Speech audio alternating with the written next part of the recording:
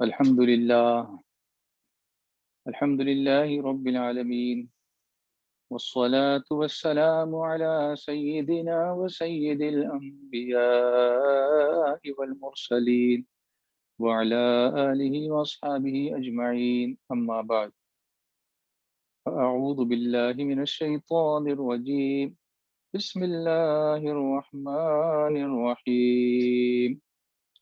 شهر رمضان الذي أنزل فيه القرآن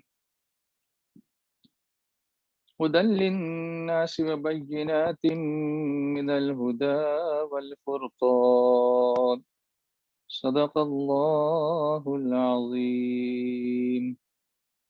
شمع رسالت کے پروانوں، میرے پیارے آقا صلی اللہ علیہ وسلم کے پیارے دیوانوں، سب مل کر محبت کے ساتھ پڑھیں، الصلاۃ والسلام علیک یا رسول اللہ، الصلاۃ والسلام علیک یا حبیب اللہ، الصلاۃ والسلام علیک یا نبی اللہ، وعلی آلک واصحابک یا نور اللہ۔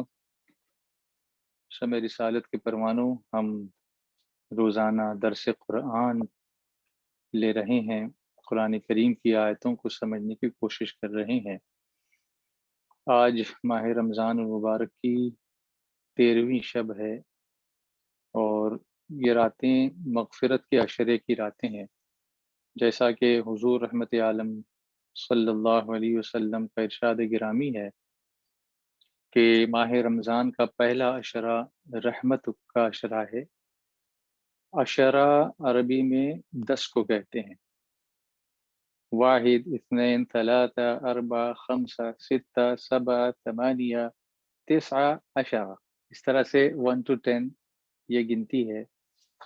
تو پہلا عشرہ، پہلے 10 دن رحمت کے، دوسرے 10 دن مغفرت کے، اور تیسرے 10 دن جہنم سے آزادی کے۔ جس طرح سے انسانی زندگی کے بھی 3 بڑے بڑے حصے ہوتے ہیں، مرحلے ہوتے ہیں۔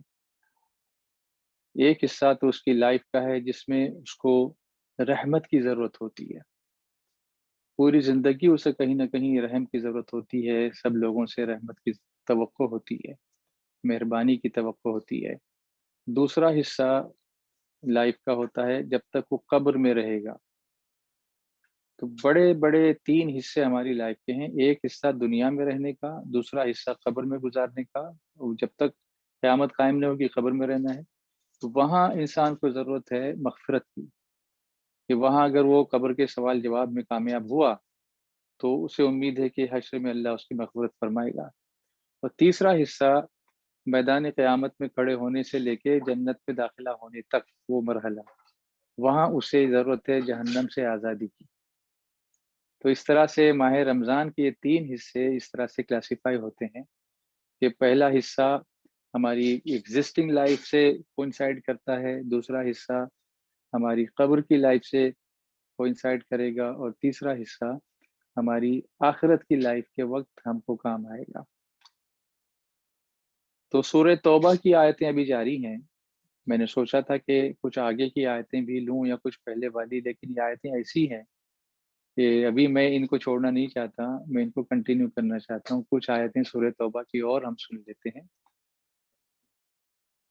اب میں یہ آیت نمبر 105 آپ کے سامنے پیش کرتا ہوں۔ آیت نمبر 104 تک ہم پہلے دیکھ چکے ہیں۔ اعوذ باللہ من الشیطان الرجیم، بسم اللہ الرحمن الرحیم، وَقُلِ اعْمَلُوا فَسَيَرَى اللَّهُ عَمَلَكُمْ وَرَسُولُهُ وَالْمُؤْمِنُونَ وَسَتُرَدُّونَ إِلَى عَالِمِ الْغَيْبِ وَالشَّهَادَةِ فَيُنَبِّئُكُم بِمَا كُنتُمْ تَعْمَلُونَ۔ صدق اللہ العظیم۔ ٹرانسلیشن دیکھیے، وَقُلِ اعْمَلُوا، اور تم فرماؤ اے میرے حبیب یا رحمت للعالمین صلی اللہ علیہ وسلم، تم فرما دو، اعملوا، تم عمل کرو، فَسَيَرَى اللَّهُ عَمَلَكُمْ، اب اللہ و رسولہ، اور اس کے رسول، والمؤمنون، اور مسلمان تمہارے کام دیکھیں گے، وَسَتُرَدُّونَ إِلَىٰ عَالِمِ الْغَيْبِ وَالشَّهَادَةِ، اور جلد ہی تم اس کی طرف لوٹائے جاؤ گے، فَيُنَبِّئُكُم بِمَا كُنتُمْ تَعْمَلُونَ، جو ہر غیب اور ظاہر کو جاننے والا ہے۔ اللہ تعالیٰ تو ہر الا عالم الغیب والشہادہ، مطلب جو ہر غیب کو اور ظاہر کو جاننے والا، جو بات چھپی ہوئی ہے اس کو بھی اللہ جانتا ہے، جو بات ظاہر ہے اس کو بھی اللہ جانتا ہے، تو وہ تمہیں تمہارے اعمال بتائے گا۔ یہاں ایک مرحلہ یہ بھی ہے کہ عمل کرو سے مراد کام کرو، صرف باتیں نہیں کرو۔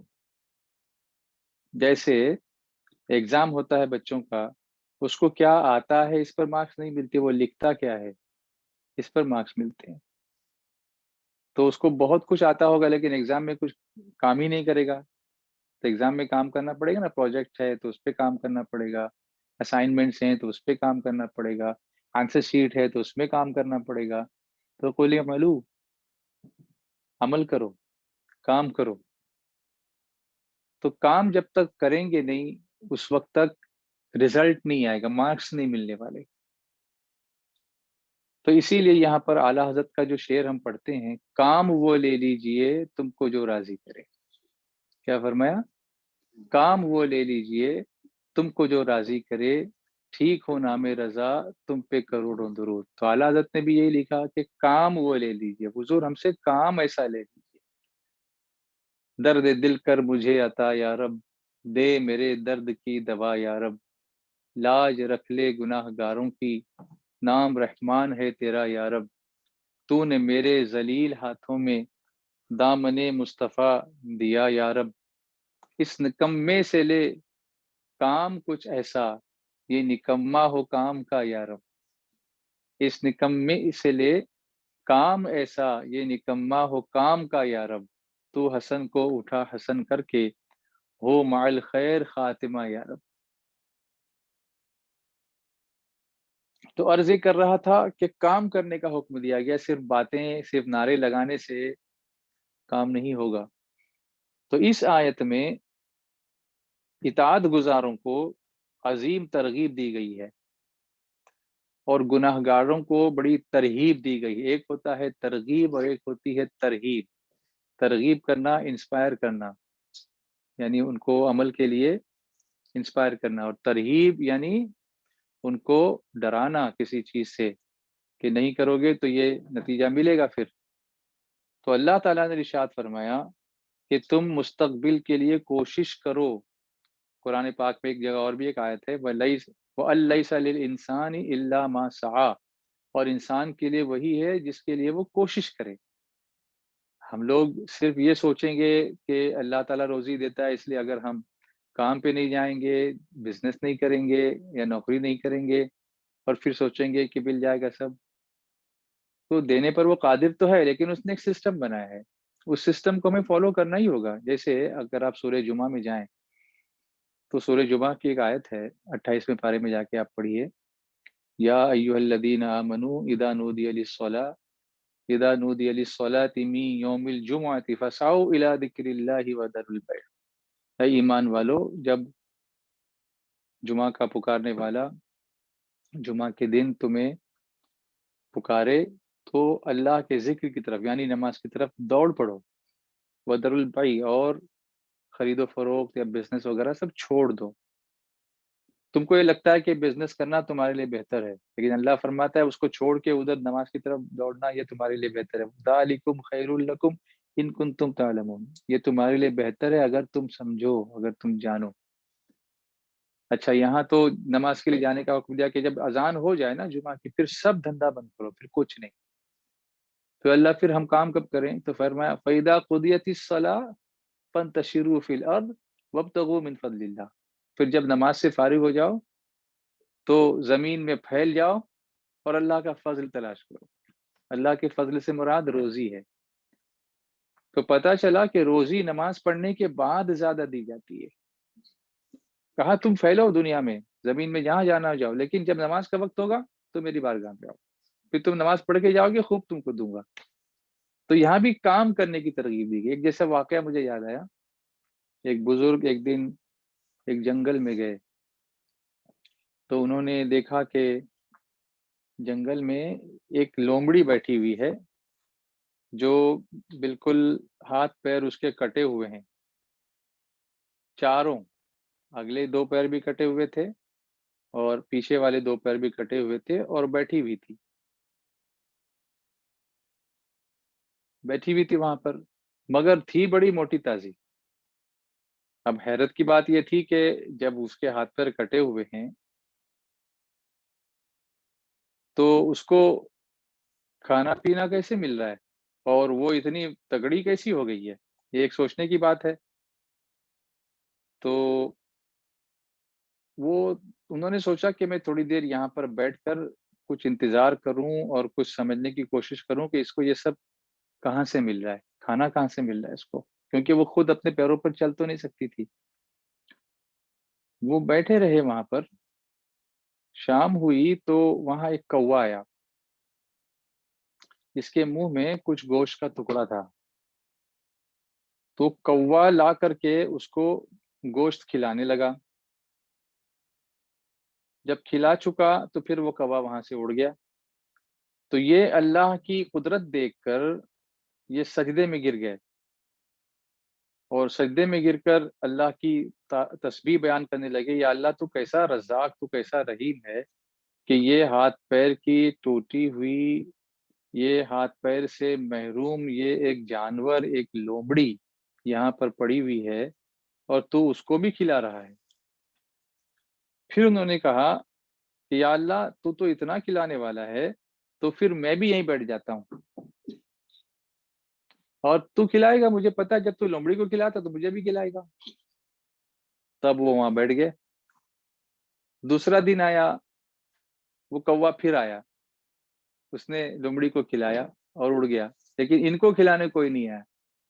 اب بھوک سے ان کی حالت غیر ہونے لگی.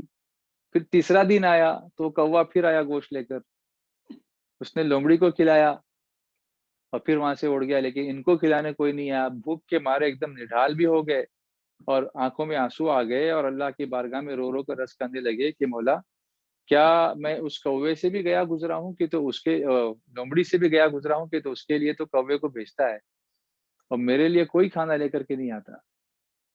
تو روزی دینے والا ہے سب کو. تو غیب سے آواز آئی کہ میرے بندے، میں سب کو کھلاتا ہوں ضرور، مگر اس لومڑی کے ہاتھ پیر کٹے ہوئے ہیں. تیرے ہاتھ پیر تو سلامت ہے نا، جا محنت کر، کام کر، میں تجھے بھی دوں گا. کیا تو اس کی طرح معذور بننا چاہتا ہے؟ تو یہاں یہی فرمایا وَقُلِ اعْمَلُوا، فرمایا اور تم فرماؤ، تم عمل کرو، تم کام کرو. جو کام کرو گے وہ کون کون دیکھے گا؟ فَسَيَرَى اللَّهُ عَمَلَكُمْ، اللہ تمہارے عمل دیکھے گا. وَرَسُولُهُ، اور رسول، اللہ کے رسول بھی دیکھیں گے. اس سے پتہ چلا کہ اللہ کے رسول بھی ہمیں دیکھتے ہیں، اللہ کے رسول بھی ہمیں دیکھتے ہیں. جس طرف اٹھ گئی دم میں دم آ گیا، اس نگاہ عنایت پہ والمؤمنون، اور مسلمان بھی ہم کو دیکھتے ہیں. یعنی تم باتیں کیا کرتے ہو وہ بھی لوگ دیکھتے ہیں، اور تمہارا کام کیا ہے وہ بھی لوگ دیکھتے ہیں، تمہارا قول کیا ہے وہ بھی لوگ دیکھتے ہیں، تمہارا فعل کیا ہے وہ بھی لوگ دیکھتے ہیں. تو اثر جو ہے نا وہ باتوں کا کم ہوتا ہے اور کام کا زیادہ ہوتا ہے. اس کو ہمیشہ یاد رکھنا. اسی لیے اس سے پہلے بھی میں نے آپ کو بتایا کہ وہ آیت جو قرآن پاک میں ہے کہ لِمَ تَقُولُونَ مَا لَا تَفْعَلُونَ، تم وہ بات کہتے کیوں ہو جو کرتے کیوں نہیں ہو. کبر مقتا عند اللہ ان تقولوا ما لا تفعلون، اللہ کو یہ بات بالکل پسند نہیں ہے کہ تم وہ بات کہو جو کرتے نہیں ہو. تو گویا اللہ نے فرمایا تم مستقبل کے لیے، فیوچر کے لیے کوشش کرو، کیونکہ تمہارے اعمال کا ایک اجر، ایک ثمرہ، ایک بدلہ دنیا میں ہے اور ایک بدلہ آخرت میں. دنیا میں اللہ تعالیٰ بھی تمہارے اعمال دیکھ رہا ہے، اس کے رسول صلی اللہ علیہ وسلم بھی تمہارے اعمال دیکھ رہے ہیں اور مسلمان بھی تمہارے اعمال دیکھ رہے ہیں. اگر تم اللہ اس کے حبیب کی اطاعت دنیا میں کرو گے تو دنیا میں تمہاری بڑی تعریف بھی ہوگی اور دنیا اور آخرت دونوں میں تمہیں اجر عظیم ملے گا. اور یہاں ان کی نافرمانی کرو گے تو دنیا میں تمہاری مذمت ہوگی، لوگ تم کو برا بھلا بولیں گے، اور آخرت میں تم کو شدید عذاب ہوگا. اور یہاں جو بھی کام کرو گے، اگلی آیت کا اگلا حصہ یہ سمجھا رہا ہے ہم کو، وہ ستردون، فرمایا تم جلد ہی لوٹائے جاؤ گے. یہاں رہو گے کب تک؟ Anyways you have to go back. یہ تردون آیا ہے، لوٹائے جاؤ گے. لوٹائے جاؤ گے کا مطلب کیا؟ لوٹتا کون ہے؟ جو کہیں سے آیا ہو. تو اس سے پتا چلا کہ ہمارا اصل جو ڈیسٹینیشن ہے یا ہمارا جو اصل مقام ہے وہ دنیا نہیں ہے. دنیا میں ہم بھیجے گئے ہیں اور پھر واپس وہاں لے جائے جائیں گے جہاں سے ہم آئے ہیں. تو آپ قرآن پاک میں آپ دیکھیں اکثر جو آیا ہے نا کہ جیسے وہاں پر ہے انا للہ و انا الیہ راجعون، ہم اللہ ہی کے لیے ہے اور اسی کی طرف ہمیں لوٹ کے جانا ہے. تو لوٹ کر کون جاتا ہے؟ جو مسافر کہیں سے آتا ہے وہ لوٹ کے جاتا ہے. تو ہم مسافر ہیں، یہاں تھوڑے دن کے لیے بھیجے گئے ہیں، پھر لوٹ آئے جائیں گے. تو اس دنیا کو اصل ٹھکانہ سمجھنا کا کنسپٹ ہی نہیں ہے ہمارے پاس. اسی لیے جو ملا ٹھیک ہے، جو نہیں ملا تو کہاں یہاں ہمیشہ رہنا ہے. بنگلہ ہے تو ٹھیک ہے، نہیں ہے تو کوئی بات نہیں. ہم کو کہاں رہنا؟ تھوڑے دن رہنا، اس کے بعد سب ہمارا رہتا ہی نہیں ہے نا. وہ کوئی دنیا سے چلا گیا تو پھر وہ اس کا کہاں رہتا ہے؟ وہ دوسرے ہی اس کے اوپر سب قبضہ کر لیتے ہیں. تو اپنا تھا کیا جو گیا، اور اپنا ملا کیا جو دیا کسی نے، سب کچھ اللہ ہی کا ہے اور اللہ ہی کی طرف لوٹ کے ہمیں جانا ہے. ان قریب تم قیامت کے دن اس کی طرف لوٹائے جاؤ گے جو تمہاری خلوت کو بھی جانتا ہے، جو تمہاری جلوت کو بھی جانتا ہے. خلوت مطلب اور جلوت مطلب تمہارا ظاہر. کوئی چیز اس سے پوشیدہ نہیں، چھپی ہوئی نہیں. وہ قیامت کے دن سب تمہیں بتا دے گا کہ تم کیا کرتے تھے. وآخرون مرجون لأمر اللہ اما يعذبهم واما يتوب عليهم واللہ علیم حکیم. اور اللہ کا حکم آنے تک کچھ دوسروں کو مؤخر کر دیا گیا ہے، یا تو اللہ انہیں عذاب دے گا اور یا ان کی توبہ قبول فرما لے گا، اور اللہ علم والا، حکمت والا ہے. یہ اصل میں اس آیت کا جو شان نزول ہے، اس کا بیک گراؤنڈ ہے، وہ ایسا ہے کہ ایک غزوہ ہوا تھا، غزوہ تبوک. اب یہ لڑائی جو ہوئی نا مشرکین کے ساتھ، اس کو غزوات کہتے ہیں. غزوہ جسے غزوہ بدر، غزوہ حنین، غزوہ احد، غزوہ تبوک. تو ایک ہوتا ہے غزوہ اور ایک ہوتا ہے سریہ. تو غزوات یہ اس کی جمع ہے اور سرایا یہ سریہ کی جمع ہے. سریہ بھی لڑائی کو کہتے ہیں اور غزوہ بھی لڑائی کو کہتے ہیں. تو دونوں میں فرق کیا ہے؟ تو جس جنگ میں رسول کریم صلی اللہ علیہ وسلم بذات خود تشریف لے گئے اس کو غزوہ کہتے ہیں، اور جس جنگ میں صحابہ گئے حضور اس میں نہیں شریک ہوئے تو اس کو سریہ کہتے ہیں. اسی طرح ایک ہوتا ہے معجزہ اور ایک ہوتا ہے ارہاس. معجزہ یعنی ایسا کوئی کام جو حضور صلی اللہ علیہ وسلم نے کر کے دکھایا جو عقل میں نہیں آتا، جیسے چاند کے 2 ٹکڑے ہونا، کنکر کا کلمہ پڑھنا، درختوں کا چل کر کے آنا، انگلیوں کے بیچ میں سے پانی نکلنا، یہ سب معجزہ ہے.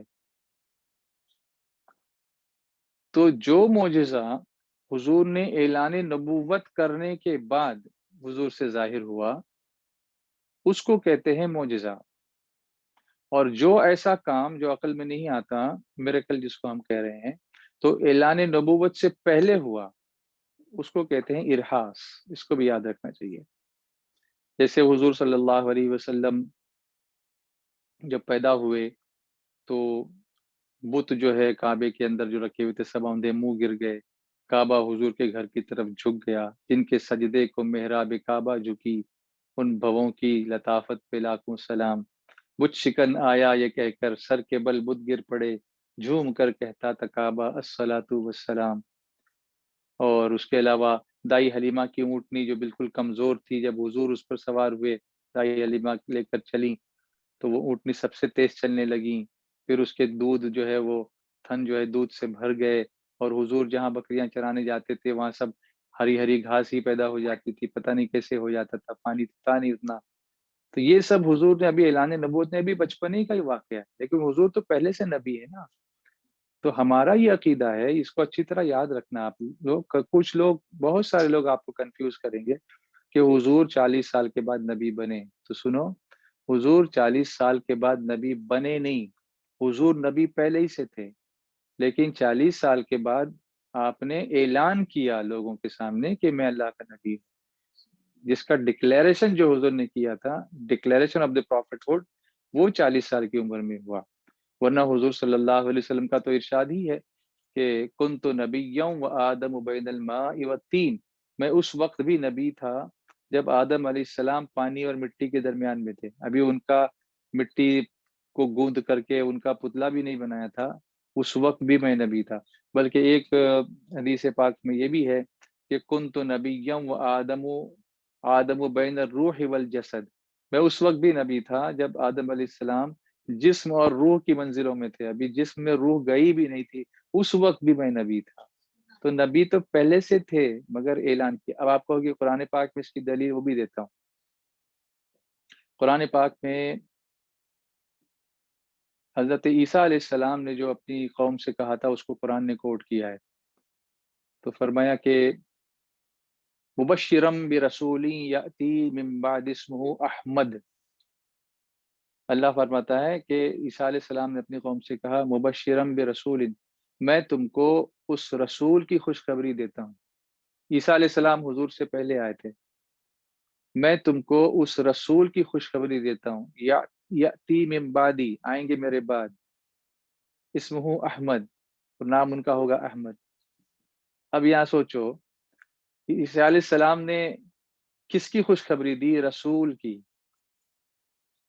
رسول کی خوشخبری دی. اچھا، یہ دو چیزیں یہاں پر اور سمجھو، ایک ہوتا ہے نبی، ایک ہوتا ہے رسول. تو نبی اور رسول میں کیا فرق ہے؟ تو ہر رسول نبی ہے لیکن ہر نبی رسول نہیں ہے. ہر رسول نبی ہے لیکن ہر نبی رسول نہیں ہے. نبی اس کو جس کو اللہ نے نبوت دی، لیکن رسول وہ جس کو نبوت بھی دی اور ساتھ میں کتاب بھی دی، صاحب کتاب. جیسے حضرت عیسیٰ علیہ السلام، جیسے حضرت موسیٰ علیہ السلام، جیسے حضرت داؤد علیہ السلام. تو ان کو اللہ نے کتاب بھی عطا فرمائی، انجیل ہے، زبور ہے، اور توریت ہے. موسیٰ علیہ السلام کو توریت دی. تو یہ رسول بھی ہیں.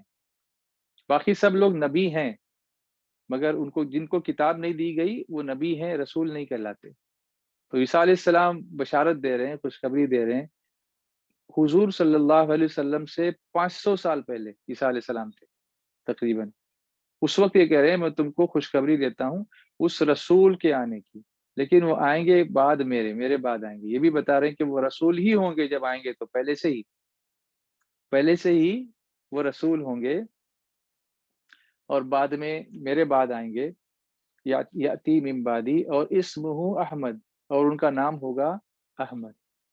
اب حضور جب تشریف لائے تو حضور کا نام تو احمد نہیں رکھا گیا، ان کا نام محمد رکھا گیا. تو پھر یہ احمد کون ہے؟ یہ سوال پیدا ہوتا ہے. تو اب اس کے بارے میں ہم تحقیق کرتے ہیں تو پتہ چلتا ہے کہ جن کا نام فرش پر محمد ہے وہی عرش پر احمد ہے، وہی عرش پر احمد ہے. اس سے پتہ چلا کہ عیسیٰ علیہ السلام جس احمد کی خوشخبری دے رہے ہیں وہی محمد ہے صلی اللہ علیہ وسلم. وہی ہے احمد، وہی محمد، وہی ہے محمود، وہ ہے حامد، حمید وہ ہیں، سعید وہ ہیں، انہی سے نظمی کی لو لگی ہے. ہم پڑھتے نا، اجالا جس کا ہے دو جہاں میں، وہ میرے آقا کی روشنی ہے. انہی کے قدموں کی برکتوں سے یہ زندگی آج زندگی ہے. جمیل وہ ہے، شکیل وہ ہے، کفیل وہ ہے، وکیل وہ ہے. جمیل وہ ہے، شکیل وہ ہے، کفیل وہ ہے، وکیل وہ ہے. خلیل وہ ہے، جلیل وہ ہے، ہر ایک ادا ان کی نت نئی ہے، صلی اللہ علیہ یا رسول اللہ وسلم علیک یا حبیب اللہ۔ تو ان کا نام عرش پر احمد ہے۔ اب عرش پر نام احمد ہے، اس کا مطلب وہ بھی وہاں پر ہیں۔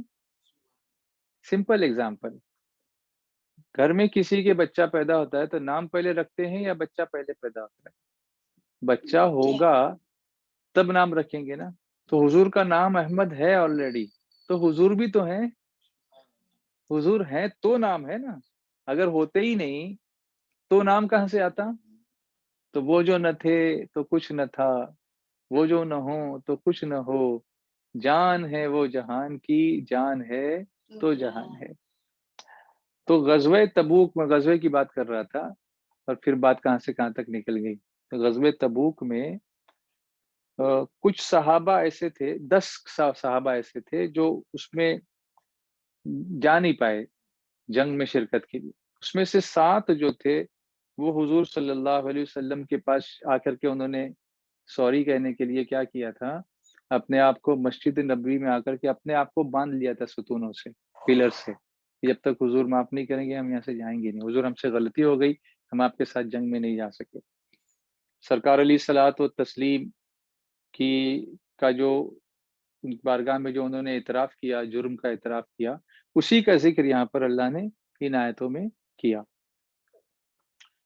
اور پھر ان کی توبہ قبول بھی کر لی۔ باقی 3 صحابہ ایسے تھے جنہوں نے آ کر کے اپنے آپ کو باندھا نہیں، تو ان کے لیے یہ کہا گیا کہ ان کی توبہ بعد میں قبول کی جائے گی، وہ کیوں نہیں آئے میرے حبیب کی بارگاہ میں، سبحان اللہ۔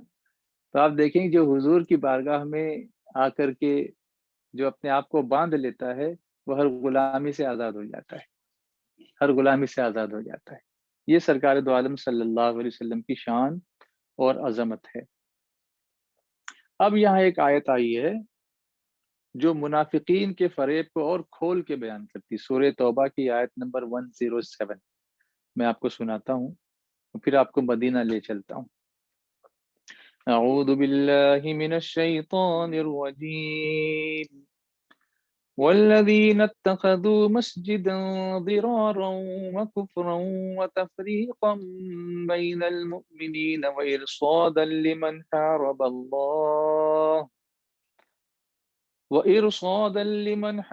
اللہ ورسوله من قبل وَلَيَحْلِفُنَّ إِنْ أَرَدْنَا إِلَّا الْحُسْنَى وَاللَّهُ يَشْهَدُ إِنَّهُمْ لَكَاذِبُونَ۔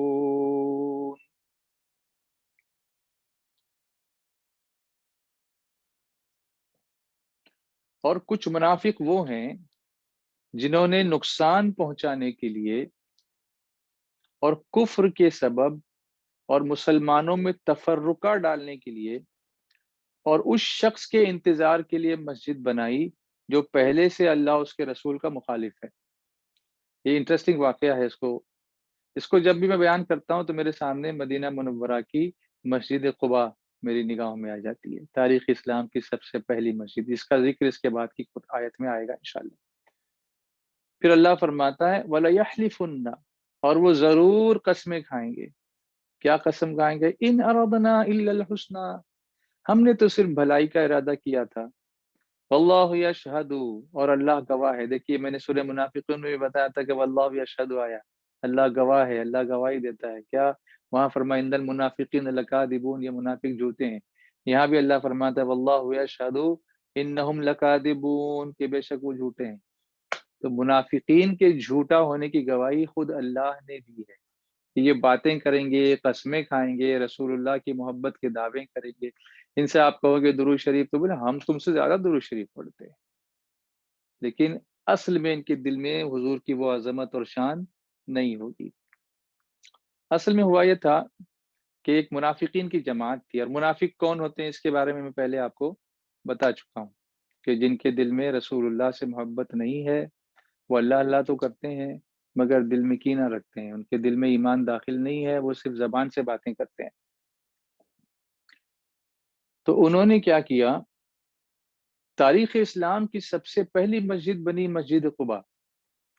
اب آپ کہو گے سب سے پہلی مسجد تو حرم ہے، کعبۃ اللہ ہے، دنیا کے بت قدوں میں پہلا وہ گھر خدا کا، ہم پاسباں ہیں اس کے، وہ پاسباں ہمارا۔ یقیناً وہ پہلا گھر تو بنا ہی ہے، آدم علیہ السلام نے خود آ کر اس کی بنیاد ڈالی تھی۔ تاریخ کعبہ اگر ہم پڑھیں گے تو یہ ایک بہت بڑی انٹرسٹنگ ہسٹری ہے اس کے پیچھے، کہ سب سے پہلے کعبے کی تعمیر کس نے کی، پھر کتنی مرتبہ جو ہے کعبہ شہید ہوا، کتنی مرتبہ ایسا ہوا کہ وہ طوفان آیا اور پانی بھر گیا تو بہہ گیا، کبھی جل گیا، بہت کچھ ہسٹری میں ہوا ہے کعبۃ اللہ کے ساتھ۔ مگر یہ تھا کہ یہ جو جس مسجد کے ہم تاریخ اسلام کی سب سے پہلی مسجد کی بات کر رہے ہیں، وہ حضور کے اعلان نبوت کے بعد کی بات ہے۔ یعنی حضور نے اپنے ہاتھ سے جو پہلی مسجد بنائی وہ مسجد قباء ہے۔ مسجد نبوی بعد میں بنی، مسجد قباء اس سے بھی پہلے بنی، اس لیے اس کو تاریخ اسلام کی سب سے پہلی مسجد کہا جاتا ہے۔ تو اس مسجد کو نقصان پہنچانے کے لیے اور وہاں جو لوگ نماز پڑھنے کے لیے آتے تھے ان کو الگ اپنی مسجد میں کھینچنے کے لیے، اب آپ اس کو تھوڑا سا اس کو ریلیٹ کرو آج کل کے حالات سے، کیسا ہوتا ہے سب۔ اس کے قریب ایک مسجد انہوں نے اور بنا دی، آلریڈی مسجد رسول اللہ کی بنائی ہوئی، معلوم ہے مسجد قباء کس نے بنائی؟ رسول اللہ صلی اللہ علیہ وسلم نے خود اپنے ہاتھ سے اس کی بنیاد رکھی، ایک پتھر رکھا بسم اللہ پڑھ کر، پھر صدیق اکبر تھے، ان سے فرمایا کہ اس کی دائنی طرف پتھر رکھو، پھر فاروق اعظم وہاں تھے، ان سے فرمایا کہ اس کے بائیں طرف پتھر رکھو، پھر دوسرے صحابہ جو وہاں موجود تھے سب سے کہا کہ اب اس کے اطراف تم پتھر رکھتے چلے جاؤ۔ اس طرح سے باؤنڈری جو تھی مسجد قباء کی حضور نے خود اپنے ہاتھ سے کی۔ اس مسجد کی جماعت کو توڑنے کے لیے منافقین نے اپنی دوسری مسجد بنا دی۔ آپ سوچو کہ بظاہر مسجد بنانا تو اچھا کام ہے نا، مگر کیا ضرورت تھی جب رسول اللہ نے خود مسجد بنائی تھی، اس کی جماعت کو بریک کرتے ہو؟ تو اس میں ایک بڑی چال یہ تھی ان کی کہ اس زمانے میں ابو عامر نام کا ایک شخص تھا جو زمانے جاہلیت میں، یعنی حضور کی تشریف آوری سے پہلے کا جو زمانہ تھا اس کو زمانے جاہلیت کہتے ہیں، وہ نصرانی راہب ہو گیا تھا۔ نصرانی مطلب عیسائی، کرسچن، راہب مطلب ان کا پادری، پوپ یا فادر جس کو وہ لوگ بولتے ہیں، وہ ہو گیا تھا۔ حضور صلی اللہ علیہ وسلم جب مدینہ منورہ تشریف لائے، وہ بھی منظر میرے سامنے آتا ہے، طلع البدر علینا من ثنیات الوداع وجب الشکر علینا ما دعا للہ داع صلی اللہ علی محمد صلی اللہ علیہ وسلم۔ اس کو پڑھ کر کے حضور کا استقبال کیا گیا تھا مدینہ طیبہ میں جب حضور تشریف لائے۔ اس جگہ کا نام ہے ثنیۃ الوداع، اس کو ہم نے دیکھا ہے، اس کے اندر وہاں جا کے ویڈیو بھی بنائی ہوئی جو SDI چینل پر اور ویڈیو میڈیا پر آپ کو دیکھنے کو ملے گی۔ ہم لوگ وہاں پہنچ کر کے ہم نے یہ پڑھا ہے، اور دف بجا بجا کر چھوٹی چھوٹی بچیوں نے چھتوں پر کھڑے ہو کر حضور کا استقبال کیا تھا۔ روز لوگ آتے تھے، حضور آ رہے ہیں آ رہے ہیں، خبر ملتی تھی۔ کوئی اس وقت موبائل تو تھے نہیں کہ یہاں پہنچے یہاں پہنچے۔ تو ثنیۃ الوداع مدینہ منورہ میں وہ جگہ ہے جہاں تک لوگ مدینے سے جانے والوں کو خدا حافظ کہنے کے لیے آتے تھے یا آنے والوں کا استقبال کرنے کے لیے آتے تھے، اس کو ثنیۃ الوداع کہتے ہیں۔ وہاں تک لوگ روز آتے تھے، دن بھر ایسے ایسے دیکھتے تھے، کوئی اونٹوں کا قافلہ آ رہا ہے، کوئی دھول اڑ رہی ہے، پھر دیکھتے کہ نہیں حضور اس میں نہیں ہے تو واپس چلے جاتے۔ پھر جس دن حضور صلی اللہ علیہ وسلم ایکچولی تشریف لائے تو ان کی خوشی کا وہ عالم تھا کہ کیا بتاؤں۔ تو سب نے یہ نعت پڑھی تھی اور حضور صلی اللہ علیہ وسلم کا استقبال کیا تھا۔ تو جب حضور تشریف لائے تو یہ ابو عامر راہب جو تھا وہ حضور صلی اللہ علیہ وسلم کی خدمت میں حاضر ہوا اور کہنے لگا یہ کون سا دین ہے جو آپ لائے ہیں؟ تو حضور صلی اللہ علیہ وسلم نے فرمایا میں ملت حنیفیہ یعنی دین ابراہیمی لایا ہوں۔ حضرت ابراہیم علیہ السلام جس دین پر تھے نا وہ دین میں لایا ہوں جس کو اسلام کہتے ہیں۔ وہ ابو عامر کہنے لگا میں تو اسی دین پر ہوں۔ کیسا ہے دیکھیے، میں تو اسی دین پر ہوں۔ حضور صلی اللہ علیہ وسلم نے فرمایا نہیں، تم اس دین پر نہیں ہو، تم نے اس میں کچھ اور ملا دیا ہے، ایڈلٹریشن کر دیا، اس میں اپنی طرف سے کچھ ملا دیا ہے تم نے۔ اور حضور علیہ الصلوۃ والتسلیم نے فرمایا اس نے کہا کہ آپ نے اس میں کچھ اور ملا دیا ہے؟ تو حضور صلی اللہ علیہ وسلم نے فرمایا کہ نہیں، میں خالص اور صاف ملت لایا، میں نے اس میں کچھ ملایا نہیں ہے۔ پھر ابو عامر نے کہا ہم میں سے جو جھوٹا ہو، اللہ اس کو حالت سفر میں تنہا اور بے کس کر کے ہلاک کر دے۔ یہ وہ بد دعا کر رہا ہے، وہ حضور کو معاذ اللہ جھوٹا ثابت کرنا چاہتا ہے جبکہ خود جھوٹا ہے۔ تو اس نے کیا کہا؟ اب اس کی بات کو دعا بھی نہیں کہہ سکتے۔ اس نے یہ کہا کہ ہم میں سے جو جھوٹا ہو، اللہ تعالیٰ اسے سفر کی حالت میں تنہا اور بے کسی میں، کوئی اس کا سہارا ہی نہ ہو، ایسی جگہ پہ اس کو ہلاک کرے۔ حضور صلی اللہ علیہ وسلم نے فرمایا آمین۔ اللہ اکبر۔ حضور غصہ نہیں ہوئے، صرف آمین کا۔ اب حضور کی آمین جہاں ہو گئی نا، تو وہ تو ہونا ہی ہونا ہے۔ ایک تو حضور کی دعا رد نہیں ہوتی، دوسرے حضور کی آمین رد نہیں ہوتی۔ اچھا یہ پتہ ہے کہ آمین کے معنی کیا ہوتے ہیں؟ ہم لوگ زندگی بھر آمین آمین بولتے ہیں، تو آمین کا مطلب کیا ہوتا ہے؟ معلوم ہونا چاہیے۔ آمین کا مفہوم یہ ہوتا ہے کہ جو ہم نے پڑھا یا جو دعا کی، اے اللہ تو اس کو قبول فرما، وہ اللہ ایکسیپٹ دس، اس کو آمین بولتے ہیں۔ یہ تصور جو ہے وہ اس میں بھی ہے، کرسچنس میں بھی ہے، ایمین وہ لوگ اس طرح بولتے ہیں۔ وہ ایمین جو ہے عربی میں آمین ہے۔ تو حضور نے آمین فرمایا۔ جب اس نے یہ کہا، حضور کے ساتھ اس طرح کی جرت اس نے کی اور اس طرح کی ڈیرنگ کی بات کرنے کی، تو لوگوں نے اس کا نام رکھ دیا ابو عامر فاسق۔ تو اس طرح سے نام رکھنا بھی صحابہ بھی کرتے تھے، ایسا کہ جو جس خصلت کا ہوتا اس کا نام ایسا رکھ دیتے تھے۔ تو اس کا نام فاسق کے معنی ہوتے ہیں گناہگار، جھوٹا ہی تھا وہ، تو ابو عامر فاسق رکھ دیا۔ جب جنگ احد کا موقع آیا، اب یہ تو موقع تھا اس وقت جب حضور مدینے میں تشریف لائے، اس کے بعد پھر حضور آگے آئے، پھر 1 سال گزرا، جنگ بدر ہوئی 2 ہجری میں، 2 سال گزرے، پھر اس کے 1 سال بعد اور جنگ احد ہوئی۔ تو جنگ احد جب ہوئی، اس دن وہ ابو عامر فاسق آیا، اس نے نبی کریم صلی اللہ علیہ وسلم سے کہا کہ کہیں کوئی قوم آپ سے اگر جنگ کرنے والی ملے گی، کوئی آپ پر حملہ کرے گا، تو میں آپ کے ساتھ آ کر آپ کی طرف سے جنگ کروں گا، میں اس کے ساتھ ہو کر آپ سے میں اس کے ساتھ ہو کر آپ سے جنگ کروں گا، I will fight against you۔ یہ کہنے لگا وہ، اس نے کہا۔ چنانچہ جنگ حنین تک اس کا یہی معمول رہا، وہ یہی کرتا تھا کہ حضور کے ساتھ جب بھی کوئی جنگ ہوتی تو وہ اپوزیشن میں جا کر حضور کے خلاف لڑتا تھا۔ جب وہاں نبی کریم صلی اللہ علیہ وسلم کے ساتھ جنگ کرتا رہا، جب حوازن کو شکست ہوئی جنگ حنین میں، تو وہ مایوس ہو کر پھر سیریا بھاگ گیا، ملک شام چلا گیا۔ سیریا یعنی ملک شام۔ تو اس نے منافقین کو خبر بھیجی۔ اب اس کے جو پنٹرز تھے وہ مدینے میں رہتے تھے، منافقین، یہ چونکہ منافقین کے ساتھ ہی ڈیل کرتا تھا، تو مدینے میں جو منافقین رہتے تھے یہ حضور کے پیچھے نمازیں بھی پڑھتے تھے، حضور کا کلمہ بھی پڑھتے تھے اور اچھی اچھی باتیں بھی کرتے تھے، لیکن یہ اندر سے مسلمان نہیں تھے۔ ان کو اس ابو عامر فاسق نے وہاں سے سیریا سے خبر بھیجی کہ تم لوگ جتنا بھی عام ایمونیشن جمع کر سکتے ہو سب جمع کر لو، ہتھیار جمع کر لو، جو بھی تم کو جمع کرنا ہے جمع کر لو، سامان جنگ، اور میرے لیے ایک مسجد بناؤ۔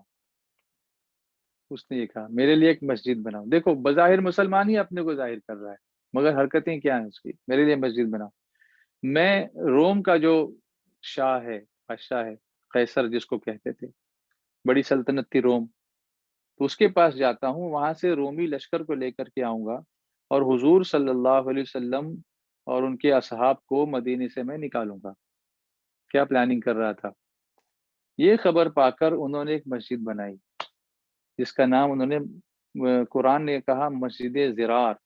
مسجد ضرار دیکھیے یہاں پر جو آیت آئی ہے نا، تو والذین اتخذوا مسجدا ضرارا، مسجد ضرار، وکفرا وتفریقا بین المؤمنین، کچھ وہ منافق ہیں جنہوں نے نقصان پہنچانے کے لیے اور کفر کے سبب اور مسلمانوں میں تفرقہ ڈالنے کے لیے، پھوٹ ڈالنے کے لیے، وَإِرْصَادًا لِمَنْ حَارَبَ اللَّهَ وَرَسُولَهُ، اور اس شخص کے انتظار کے لیے مسجد بنائی جو پہلے سے اللہ اس کے رسول کا مخالف ہے۔ یہ وہی تھا شخص، کون؟ ابو عامر فاسق، اس کے انتظار کے لیے انہوں نے مسجد بنائی۔ اب بنا تو دی مسجد، لیکن اب اس کا جواز کیا پیش کریں کہ رسول اللہ موجود ہیں، مسجد قباء موجود ہے، اس کے بعد پھر یہ مسجد کی ضرورت کیا، اتنے قریب ہی بنائی تھی، وہ جگہ بھی وہاں پر موجود ہے، ابھی بھی موجود ہے جگہ۔ تو پوچھا گیا تو انہوں نے کہا کہ یا رسول اللہ صلی اللہ تعالی علیہ وسلم، یہ مسجد ہم نے آسانی کے لیے بنائی ہے، جو لوگ کمزور ہیں، ضعیف ہیں، بوڑھے ہیں، اس میں آ کر کے اطمینان سے نماز پڑھ لیا کریں گے، آپ اس میں آ جائیے، ایک نماز پڑھا دیجئے اور برکت کی دعا فرما دیجئے۔ دیکھیے کیسے ایک دم چھپکو لوگ ہوتے ہیں نا یہ، کہ برکت کی مخالفت بھی کرتے ہیں، پھر برکت کی دعا کے لیے بھی بلا رہے ہیں کہ ادھر آ جائیے اور برکت کی دعا فرما دیجئے۔ رسول کریم صلی اللہ علیہ وسلم نے فرمایا کہ میں ابھی تبوک جا رہا ہوں سفر کے لیے، ابھی تو میں نہیں آؤں گا، واپسی پر اگر اللہ کی مرضی ہوگی تو وہاں نماز پڑھ لوں گا، کیونکہ حضور صلی اللہ علیہ وسلم جو بھی کام کرتے ہیں اللہ کی مرضی کے مطابق ہی کرتے ہیں۔ پھر جب نبی کریم صلی اللہ علیہ وسلم غزوہ تبوک سے واپس ہو کر مدینہ شریف کے قریب ایک علاقے میں ٹھہرے تو یہ پھر آ گئے، یہ بہت زیادہ پیچھے پڑنے والے لوگوں کے، آپ دیکھو یہاں آج بھی ان کی علامتیں یہ چھوڑتے نہیں ہیں، یہ پیچھے ہی پڑے رہیں گے، آپ ان کو کچھ بھی بولتے رہو یہ پیچھے ہی پڑیں گے۔ تو یہ پھر حضور صلی اللہ علیہ وسلم کی بارگاہ میں آ گئے اور کہنے لگے کہ چلیے چلیے نا مسجد میں تشریف لے چلیں، آپ ہماری مسجد میں برکت کی دعا فرما دیں، آپ وہاں آ کے نماز پڑھ لیں۔ اس پر یہ آیت نازل ہوئی، اللہ نے ان کے تمام جو فاسد ارادے تھے ان کو ان کا پردہ فاش فرما دیا۔ تب رسول اللہ صلی اللہ علیہ وسلم نے کچھ صحابہ کرام کو حکم دیا کہ اس مسجد کو جا کر گرا دیں اور جلا دیں، چنانچہ ایسے ہی کیا گیا۔ اور ابو عامر راہب اس نے کیا کہا تھا کہ ہم میں سے جو جھوٹا ہو وہ سفر کی حالت میں، مسافر کی حالت میں اور بے کسی کے عالم میں جا کر کے ہلاک ہو۔ تو ابو عامر راہب یہ ملک شام میں جیسا اس نے کہا تھا اور حضور نے آمین کہی تھی، اسی طریقے سے سفر کی حالت میں، بے کسی میں، تنہائی میں ہلاک ہو گیا، اللہ نے اس کو ہلاک کر دیا، اس کی مسجد بھی جلا دی گئی۔ اس سے معلوم ہوا کہ مسجد کے نام پر بھی مسلمانوں کو نقصان پہنچایا جا سکتا ہے اور اللہ اس کے رسول سے دشمنی کی جا سکتی ہے، لہٰذا ایسی مسجدوں سے بھی دور رہا جائے جہاں اللہ اس کے رسول صلی اللہ علیہ وسلم میں نقص نکالنے کی کوشش کی جاتی ہے اور جہاں مسلمانوں کو غلط تعلیم دے کے لڑایا جاتا ہے۔ جیسے کچھ لوگ کہتے ہیں کہ حضور کو یہ علم نہیں تھا اور حضور یہ نہیں جانتے تھے اور حضور کو کوئی اختیار نہیں تھا، یا آپ لوگ سب جانتے ہیں، ان کو مجھے بتانے کی ضرورت نہیں ہے۔ تو اس آیت سے ہمیں یہ سیکھنے کو پتا چلا اور یہ بھی پتا چلا کہ مسلمانوں کو آپس میں لڑانا یہ طریقہ کس کا ہے، یہ منافقین کا طریقہ ہے۔ اب اس مسجد سے تو روک دیا گیا، مگر پھر اس مسجد کی فضیلت اللہ نے بیان فرمائی، اور اس مسجد کے لیے اللہ نے کیا فرمایا، مسجد درار، یعنی منافقین کی جو مسجد جہاں پر تفرقہ ڈالا جائے، اسی مسجد کے بارے میں روکا گیا اور فرمایا لا تقم فیہ ابدا، اے محبوب صلی اللہ علیہ وسلم آپ اس مسجد میں کبھی کھڑے نہ ہو، جانا ہی نہیں اس مسجد میں جس میں رسول اللہ کی دشمنی ہوتی ہو یا حضور کے ساتھ گستاخیاں ہوتی ہوں، ایسے لوگوں کی یہاں مسجد میں جانا ہی نہیں، لا تقم فیہ ابدا، تو پھر کہاں جانا۔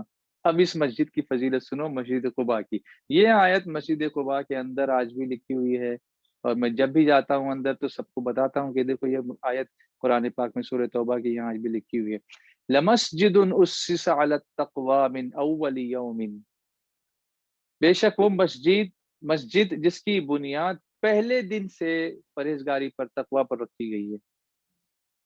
تو پتہ چلا کہ جس مسجد کی بنیاد تقوی پر ہو، جس مسجد کی بنیاد پرہیزگاری پر ہو، وہ مسجد اللہ کو پسند ہے۔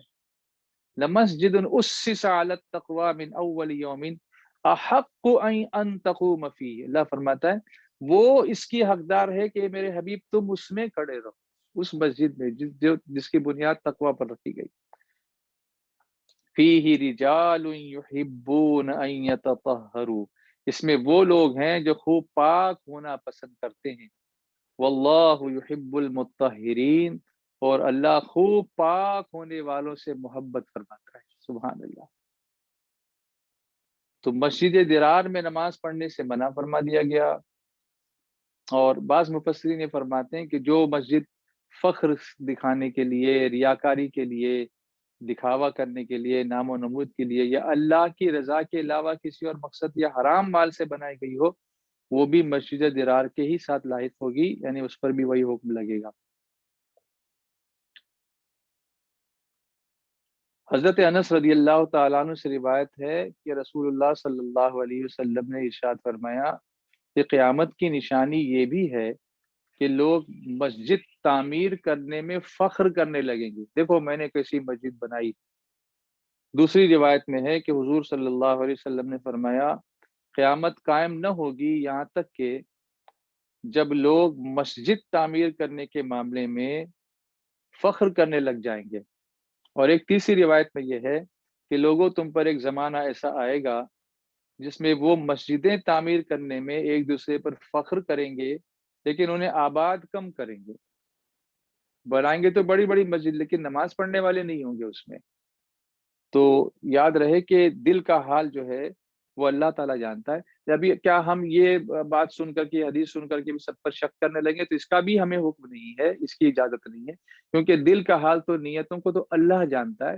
تو کسی مسلمان کے بارے میں بدگمانی بھی نہیں کرنی چاہیے کہ اس نے دکھاوے کے لیے بنائی ہے۔ ہو سکتا ہے کہ اس کا مقصد واقعی اللہ اس کے رسول کی رضا ہو، تو ہم تو اس کی تعریف ہی کریں، اس کے لیے دعا کریں۔ اللہ تعالیٰ جانتا ہے، اس کی جو جزا دینی ہے وہ اللہ تعالیٰ دے گا۔ تو یہ مسجد قباء ہے۔ سبحان اللہ۔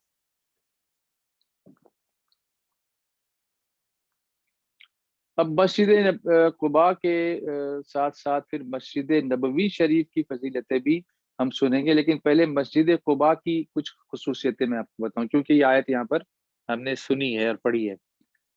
رسول کریم صلی اللہ علیہ وسلم ہر ہفتے مسجد قباء تشریف لے جایا کرتے تھے سنیچر کے دن۔ ہم لوگ بھی جاتے ہیں جب مدینے میں ہوتے ہیں، ویسے بھی جاتے ہیں، اور سنیچر کو خاص جاتے ہیں تاکہ حضور کی سنت ادا ہو۔ کبھی حضور پیدل جاتے تھے، کبھی سواری پہ۔ آج تو اکثر لوگ سواری پر گاڑی کر کے جاتے ہیں، لیکن میں گیا ہوں، چل کر کے گیا ہوں۔ مسجد نبی شریف کے پاس سے جہاں ہمارا قیام ہوتا تھا ہوٹل، وہاں سے چل کے جاتا تھا، یہ سوچ کر کے حضور بھی چل کر گئے ہیں۔ تو یہ بھی سنت ادا کرنے کا اللہ نے شرف عطا فرمایا، الحمدللہ۔ ایک حدیث پاک نسائی شریف کی حدیث ہے کہ رسول اللہ صلی اللہ علیہ وسلم نے ارشاد فرمایا جو شخص اپنے گھر سے نکلے پھر مسجد قباء میں آ کر 2 رکعت پڑھے، نماز پڑھے، تو اسے عمرے کا ثواب ملے گا۔ اور ترمذی شریف کی حدیث پہ ہے کہ مسجد قباء میں نماز پڑھنے کا ثواب عمرے کے برابر ہے، عمرے کے برابر ہے۔ اب آپ دیکھو مکہ مکرمہ میں عمرہ کرنا ہو تو آدمی کو احرام باندھنا ہے، میقات جانا ہے، پھر لبیک پڑھتے ہوئے حرم شریف میں آنا ہے، پھر طواف کرنا ہے، مقام ابراہیم کی نماز پڑھنی، زمزم پینا، پھر صفا مروہ کی صحیح کرنا، پھر اس کے بعد بال مونڈنا، پھر احرام سے فارغ ہونا، اس میں 3-4 گھنٹے لگ جاتے ہیں۔ لیکن مدینے میں عمرے کا ثواب پانا ہو تو گھر سے نکلا وضو کر کے اور آ کے مسجد قباء میں 2 رکعت پڑھی، پورے عمرے کا ثواب۔ سبحان اللہ، یہ ہے مدینہ منورہ۔ سبحان اللہ۔ تو آخر حصہ جو اس آیت کا ہے کہ فیہ رجال یحبون ان یتطہروا، یہ اس میں وہ لوگ ہیں جو پاک ہونے کو پسند کرتے ہیں۔ یہ آیت مسجد قباء والوں کے حق میں نازل ہوئی، اور حضور صلی اللہ علیہ وسلم نے ان صحابہ سے فرمایا کہ میرے صحابہ، اللہ نے تمہاری تعریف بیان فرمائی اس آیت میں۔ اللہ تعالیٰ فرماتا ہے کہ یہاں وہ لوگ ہیں جو پاک ہونے کو پسند کرتے ہیں، تو تم لوگ کیا عمل کرتے ہو؟ حالانکہ حضور تو اللہ کی عطا سے جانتے تھے، مگر سب کو بتانے کے لیے حضور صلی اللہ علیہ وسلم نے پوچھا، تو انہوں نے عرض کیا یا رسول اللہ صلی اللہ تعالیٰ علیہ وسلم، ہم استنجا میں ڈھیلا بھی استعمال کرتے ہیں اور پھر پانی بھی استعمال کرتے ہیں۔ حالانکہ ڈھیلے سے استنجا ہو جاتا ہے، مگر جب ہم بڑا استنجا 3 ڈھیلوں سے کرتے ہیں، اس کے بعد پانی سے طہارت کرتے ہیں، تو اس پر اللہ نے ان کی تعریف فرمائی۔ جو پاک رہتے ہیں اللہ ان کو پسند کرتا ہے، تو جو جسم سے پاک ہوں اللہ ان کو اتنا پسند کرے، تو جو دل سے پاک ہوں اللہ ان کو کتنا پسند کرے گا۔ آج اسی آیت پر ہم اسی بات پر اپنی بات کو جو ہے وہ مکمل کرتے ہیں، اور امید رکھتے ہیں کہ انشاءاللہ آگے بھی بہت ساری آیتیں سمجھنے کی ہم کوشش کریں گے۔ اصل میں ایک آیت آنے والی ہے سورہ توبہ کی آیت نمبر 111، جس کو خاص طور سے مجھے آپ کے سامنے بعد میں پیش کرنا ہے، اور اس کے بعد والی آیت بھی جو ہے وہ بھی بہت ہی امپورٹنٹ ہے عمل کے اعتبار سے۔ انشاءاللہ اللہ نے چاہا تو کل ہم ان آیتوں کی تفسیر سمجھنے کی کوشش کریں گے۔ اللہ تعالی ہمیں نفاق سے بچائے، کفر سے بچائے، شرک سے بچائے، اور ایمان کی سلامتی اور ایمان پر خاتمہ بالخیر نصیب فرمائے۔ جی، سویٹ مدینہ کی خواہش کی گئی ہے۔ میں تو گھڑی دیکھتا ہوں تو گھبرا جاتا ہوں کہ لمبا ہو جائے گا تو لوگ پھر کہیں یہ نہ سوچیں کہ یہ تو رکتے ہی نہیں ہے، اس لیے جلدی ختم کرنے کی کوشش کرتا ہوں، لیکن اگر آپ کی خواہش ہے تو سنا دیتا ہوں۔ Give me a chance to go to Medina. Give me a chance to go to Medina, because there is no city like Medina, sweet Medina, sweet Medina, sweet Medina, very lovely, sweet Medina, sweet Medina, sweet Medina, very lovely, sweet Medina, sweet Medina, sweet Medina, very lovely.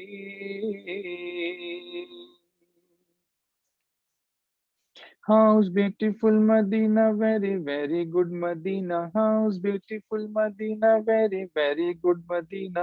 My choice is Medina, how fine is Medina. My choice is Medina, how fine is Medina. I can tell about Medina, you can tell about Medina. Such a beautiful Medina, sweet Medina, sweet Medina, sweet Medina, very lovely, sweet Medina, sweet Medina, sweet Medina, very lovely. There is Uhud in Medina, there is Baqi in Medina. There is Uhud in Medina, there is Baqi in Medina. Sabz Gumbad in Medina, golden jali in Medina. Sabz Gumbad in Medina, golden jali in Medina. My Jannat in Medina, my heaven in Medina. My Jannat in Medina, my heaven in Medina. My master in Medina, sweet Medina, sweet Medina, sweet Medina, very lovely, sweet Medina, sweet Medina, sweet Medina, very lovely, sweet Medina, sweet Medina, sweet Medina, very lovely. We will be forgiven by Muhammad. We will be forgiven by Muhammad, and everyone wishes to die in Medina, sweet Medina, sweet Medina, sweet Medina, very lovely, sweet Medina, sweet Medina, sweet Medina, very lovely, sweet Medina, sweet Medina, sweet Medina, very lovely.